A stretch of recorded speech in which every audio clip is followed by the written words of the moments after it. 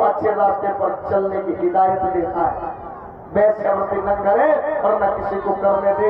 जो वैश्यावृत्ति करने वाला हो उसको दंड दे, वो असली क्षत्रिय राजा होता है। तुम कहते हो शराब पीना, अरे शराब पीने वाला असली क्षत्रिय नहीं होता है, क्योंकि जब शराब में वो डूब जाएगा, अचानक में कोई बाहरी राजा आकर के उसके राज्य पर आक्रमण कर देगा, वो तो नशे में पड़ा होगा।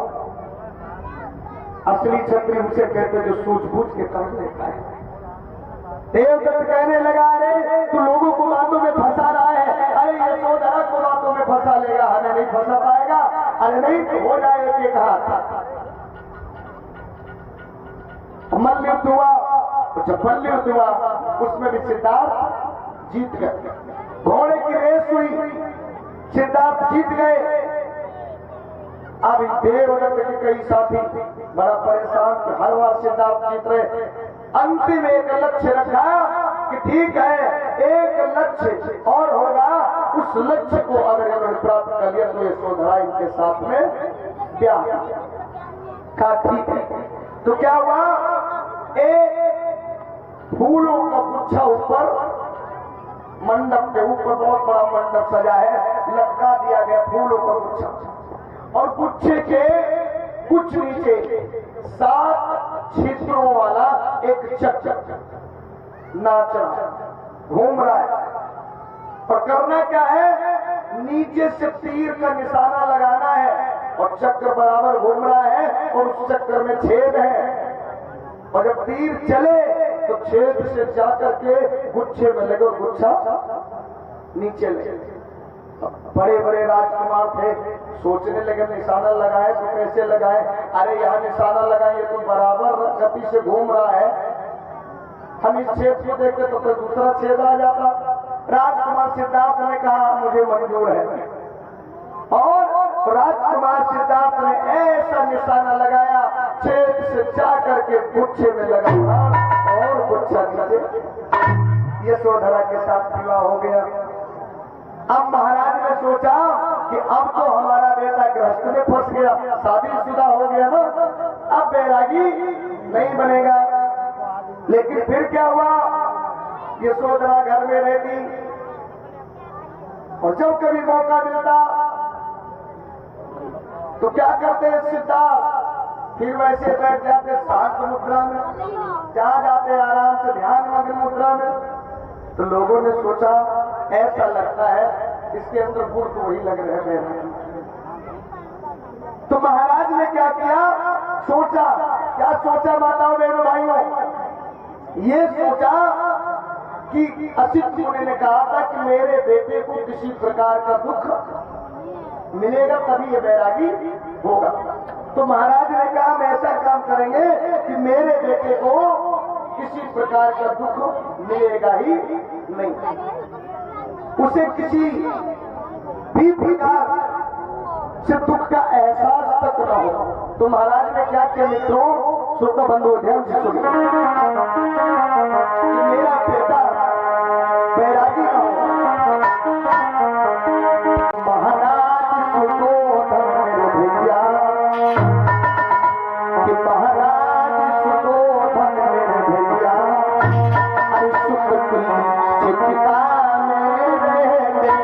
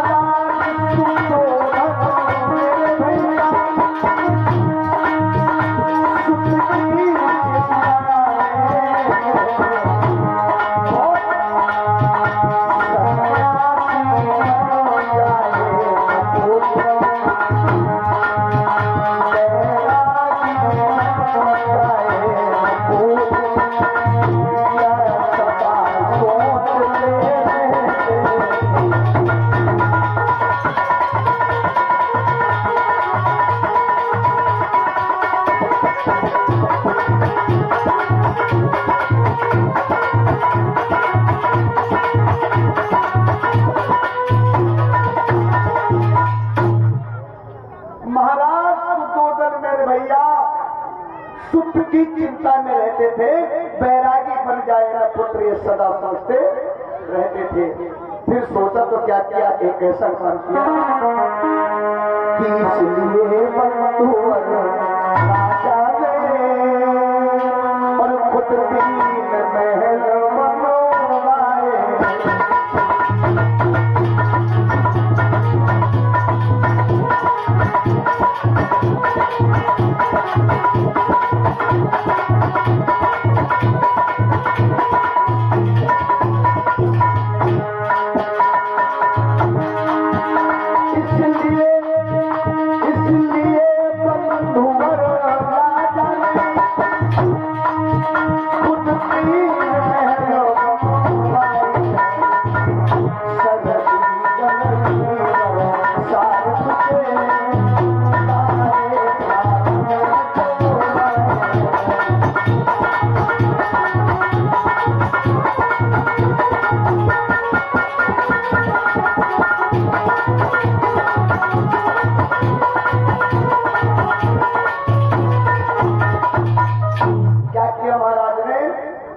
इसलिए बंधुवर राजा ने खुद तीन महल बनवाए हैं, सर्दी गर्मी वर्षा ऋतु के सारे साधन करवाए, सारे साधन रखवा दिए।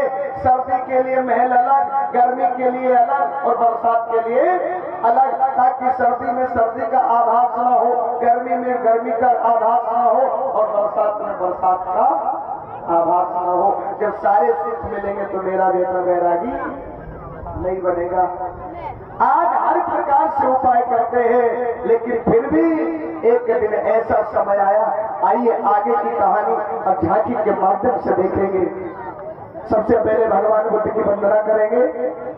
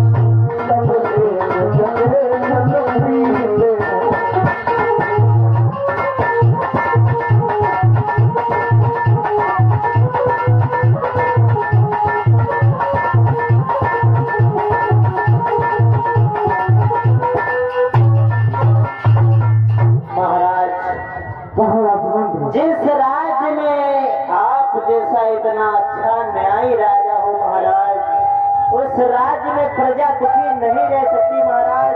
जिस नगर में, जिस गली मोहल्ले में जाता हूँ महाराज, प्रजा आपकी जय जयकार करती है महाराज। प्रजा आपको पिता के भांति मानती है महाराज, बड़ा सम्मान करती है। प्रजा दुखी नहीं है, चारों तरफ से सुखी ही सुखी है महाराज। यही होना चाहिए राजमंत्री। ठीक है, आने वाले सभी अतिथियों का स्वागत व उनके सत्कार में आप अपनी तैयारी व अपनी तैयारी रखें। श्रोताबंधु महाराज, सुद्धोधन अपने दरबार को समाप्त करते हैं किसी कारणवश। कहते हैं कि राज्य मंत्री अगर कोई मेहमान आता है तो दुखी होकर के नहीं जाना चाहिए। ठीक है राज्य मंत्री, ये दरबार में यही समाप्त करता है, आगे की कार्रवाई आप स्वयं देखिए।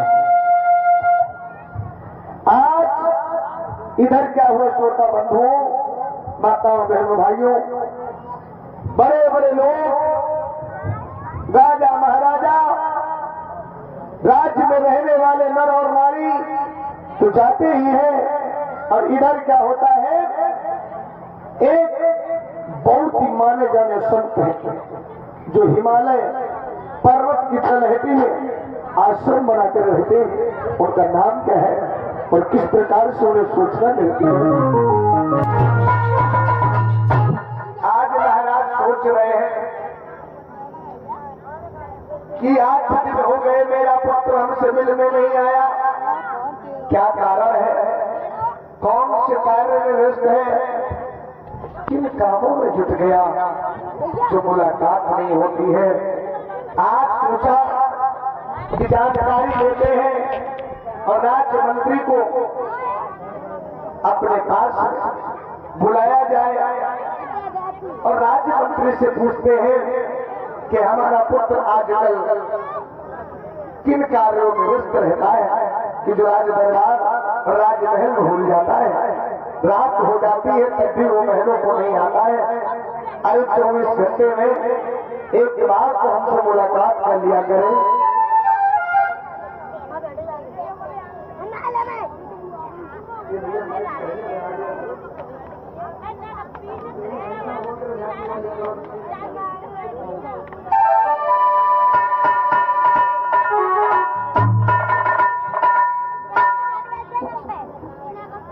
आज श्रोता बंधु महाराज चिंतित है, मंत्री को अपने पास में बुलाया है। राजमंत्री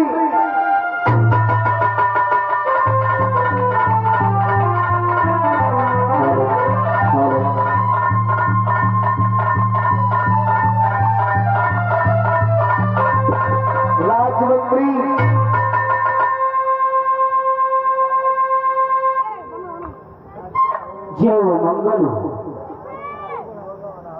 राज्य मंत्री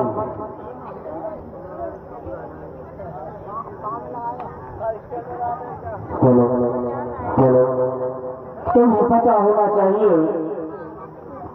hello hello hello hello hello hello hello hello कहो महाराज, कैसे याद किया मंत्री को महाराज? राज्य मंत्री जी महाराज, आज कई दिन हो गए हैं जी महाराज, मैं अपने पुत्र सिद्धार्थ से नहीं मिला। अच्छा, जो दिन बीतता है जी महाराज, मैं हमेशा चिंतित रहता हूँ कि जिस प्रकार से नामकरण के दौरान महामुनि असित ने जो भविष्यवाणी किया था, जो बताया था जी महाराज कि आपका पुत्र सन्यासी बनेगा, वो सन्यासी ना बनाए इस प्रकार से हर प्रकार के उसे सुख सुविधाएं दी। लेकिन आज आए दिन जो उसकी उम्र बढ़ती है, उसे ना तो राजकाज में कोई भी रुचि दिखाई देती है, हमेशा किसी एकांत में बैठता है, कुछ सोचता रहता है। क्या सोचता रहता है ये भी किसी को पता नहीं। न तो राजकाज में रुचि, न ही सुख सुविधाओं में रुचि, हमेशा किसी न किसी विषय पे वो सोचता रहता है, विचार मंथन करता रहता है। आज कई दिन हो गए मैं अपने पुत्र से नहीं मिला हूं जी महाराज। राज्य मंत्री बोलो, जाओ राजकुमार सिद्धार्थ को राज दरबार में उपस्थित करो। जी हो तो तुम्हारे पिताजी तुम्हें बुला रहे हैं। जी महाराज, जैसे क्या आपकी महाराज, आप बैठो, आप 2 मिनट इंतजार करो, मैं 2 घंटे में आ रहा हूँ।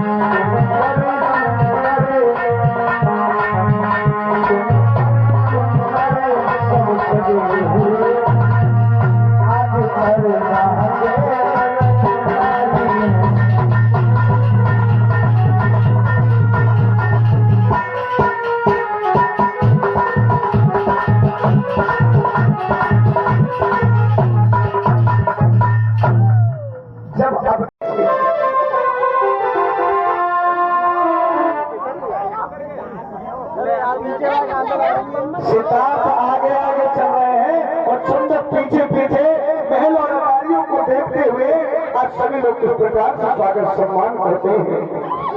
बहुत ही सुंदर नजारा है। सिद्धार्थ का सभी लोग स्वागत और सम्मान करते हैं। आज सिद्धार्थ बड़े ही प्रसन्न हुए कि हमारे राज्य में रहने वाले नर नारी हमारे पिता के राज्य में कोई दुखी नहीं है। सब लोग हमारा कितना सम्मान करते हैं। सभी लोग को प्रसन्न कर दीजिए।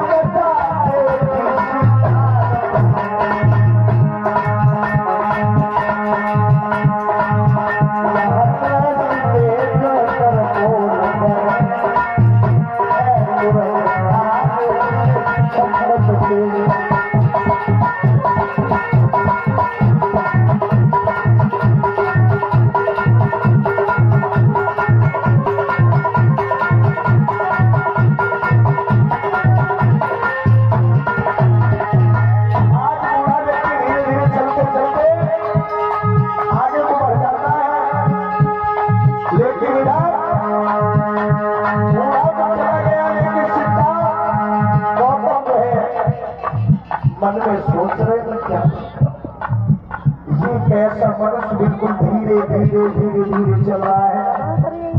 कमर झुकी है, लाठी के सहारे चल रहा है। शरीर की हड्डियां दिख रही है। क्या मतलब है? आज शब्द से बोल पड़े भैया ये मैं क्या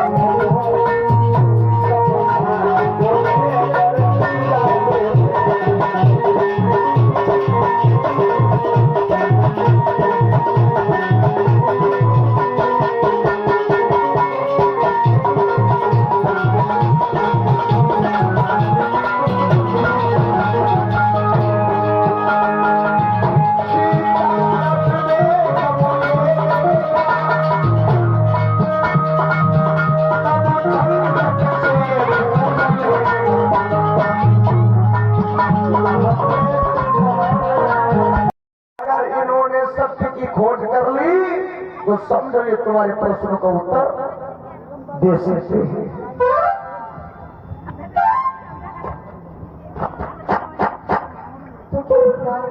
इस तरह से शांत बैठने से कोई सत्य की खोज कैसे कर सकता भैया? मैंने लोगों से सुना है जो ध्यान साधना करता, तपस्या करता है, उसे ईश्वर की प्राप्ति हो जाती है। और जिसको ईश्वर की प्राप्ति हो जाती है, अरे वो तो हर प्रश्न का जवाब दे सकता है। इसलिए यहाँ ईश्वर की खोज में बैठे हैं, सत्य को खोज। मुझे भी यही लगता है कि सबसे अच्छा यही रास्ता है। आज चंदक कहने लगा भैया चलो, अरे आगे चलो, जल्दी से महलों को पहुंचना है, नहीं तो महाराज यही कहेंगे मैंने तुमसे कहा था संध्या होने से पहले पहले महलों को आ जाना। देर हो रही भैया, चलो। और आगे बढ़े राजकुमारी सिद्धार्थ आज मन में यही विचार कर रहे हैं क्या इस दुनिया में दुख ही दुख है।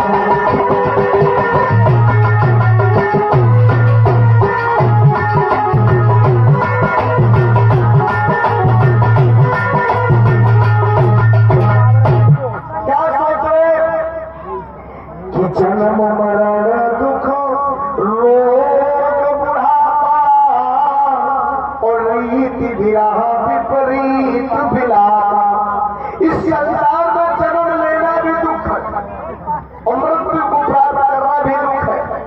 जब किसी का जन्म होता है तो वो रोता रोता पैदा होता है और जब वो मरता है तो उसके परिवार के लोग रोते हैं। जन्म लेना भी दुख है, मृत्यु को पाना भी दुख है और किसी से प्रीति हो जाए तब भी दुख है और किसी से अनरीति हो जाए तब भी दुख है। किसी वस्तु की चाहत है कि ये वस्तु हमें मिल जाए, अगर ना मिले तब भी दुख, अगर मिलने के बाद बिछड़ जाए तब भी दुख। अगर बीमारी आ जाए, रोग आ जाए तब भी दुख, बुढ़ापा आ जाए तब भी दुख। अर्थात चारों तरफ दुख ही दुख है और इस संसार में कोई सुखी नहीं है। इस प्रकार से सोच रहे हैं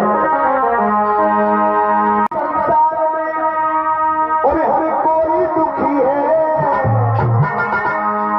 हर कोई कि आज के संसार में और कोई न सुखी है। किसी न किसी बात से हर कोई दुखी है।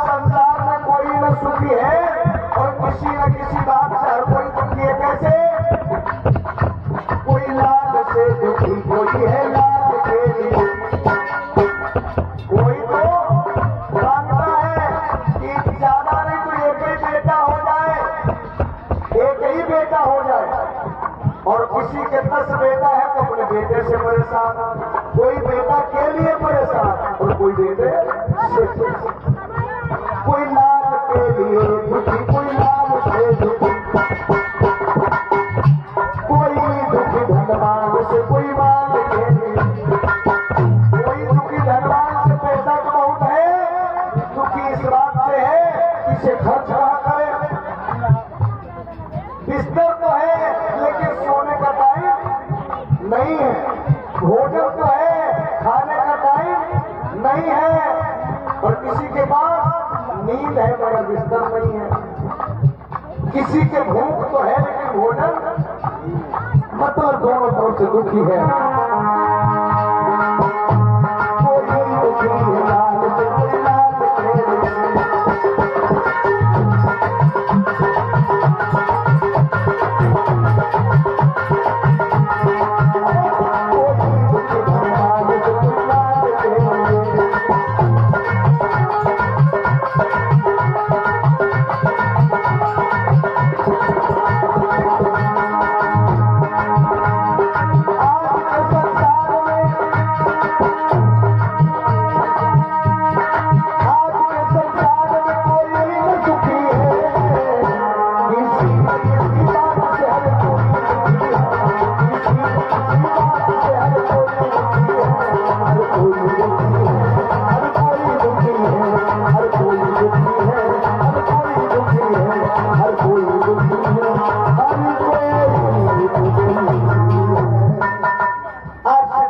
सोच रहे हैं कि मैंने क्या देखा संसार में चारों।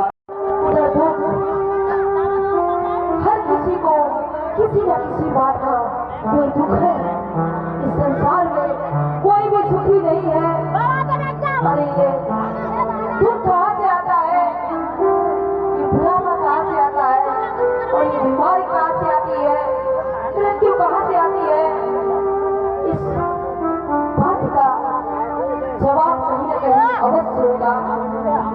इसका कारण कोई जरूर होगा। अगर इसका कारण कोई है तो इसका निवारण जरूर होगा। अगर इसका कोई निवारण है तो इसका उपाय अवश्य होगा।